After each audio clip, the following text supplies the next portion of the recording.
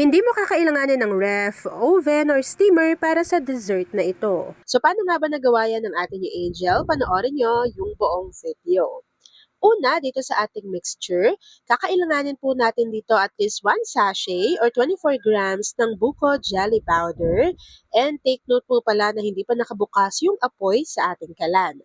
After nun, kailangan po natin ng 4 cups of water and maglalagay na rin po tayo dito at least 1/4 cup ng cornstarch.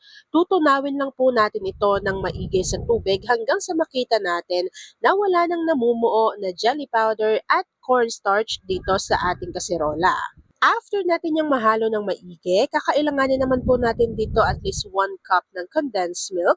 Haluin ulit natin to ng maigi at maglagay na tayo dito at least 1 cup ng buko. So yung buko na ito ay kinayod lang po natin iyan at inilagay dito sa ating mixture. Bago, kakailanganin din po natin dito ng isang jar nitong Tita Ellie langka. Alam niyo ba, nakakatawa dito sa Tita Ellie na langka, hindi siya durog-durog. So inilagay natin yan dito sa ating mixture, hindi na po natin dinrain. Sinama na natin yung pinaka-syrup ng langka. Bago, lulutuin lang po natin ito over medium to low heat hanggang sa makuha po natin yung tamang consistency. So habang hinahalo natin to over medium to low heat at hinihintay na makuha yung tamang consistency, please don't forget to like and follow yung ating Facebook page, Kusina ni Angel. Kung meron ka ring Instagram, paki-follow na rin ako doon, Kusina ni Angel. At kung gusto mong matuto pa ng iba pang mga recipes o kaya naman gusto mong mag-share ng mga niluluto mo everyday, pwedeng-pwede kang sumali sa ating Facebook group. Andyan lang po yan sa ating Facebook page. And yes mga kakusina, ito na po yung ating tamang consistency. So ganito po dapat yung consistency na makukuha ninyo. Tapos dapat mahina lang din yung apoy para po hindi mabigla yung pagkaluto ng ating mixture. So kapag ganito na po yung consistency ng ating mixture, set aside bago mag-assemble na po tayo ng ating dessert. So dito po sa aking lagayan, naglagay lang muna tayo dito at least konting mixture para lang tumikit yung ating graham crackers. So una, mixture na konti, inilagay yung graham crackers. Mixture, so nasa inyo na kung gaano kakapal, tapos maglagay ulit tayo dito ng graham crackers. After nun, mixture ulit, graham crackers bago mixture ulit.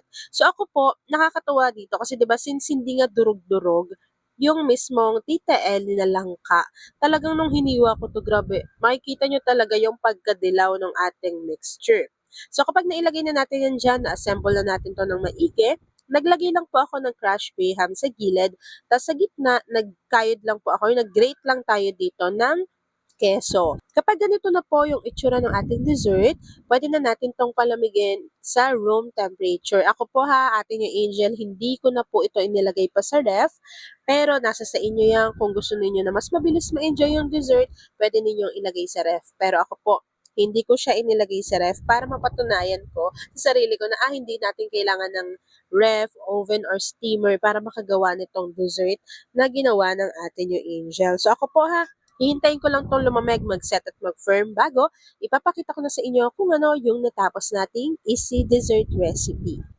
At ayan na nga mga kakusina, nag-set na or nag-firm na yung ating dessert recipe. Kaya naman this time, pwede na po natin tong i-enjoy. At ayan na mga kakusina, tapos na po ang ating easy dessert recipe na hindi na kinailangan ng ref, oven, or steamer na buko langka graham ref cake. Kung nagustuhan mo yung ating video, please like and share this video. At kung hindi ka pa nakakapag-subscribe sa aking YouTube channel na Kusina ni Angel, please click subscribe button. Click mo na yung notification bell. Click all para lagi kang updated sa bawat ina-upload kong mga videos. At kung gusto mo rin masubukan ng products ni Tita Ellie, kung saan ko yan binili, ilalagay ko yan dyan sa ating comment box section. At kung isa ka din sa dessert lover, i-share mo na yung ating video, mag-comment ka na ng, "Hi, Ate Angel!" Yun lang mga kakasina. Thanks for watching and enjoy this video.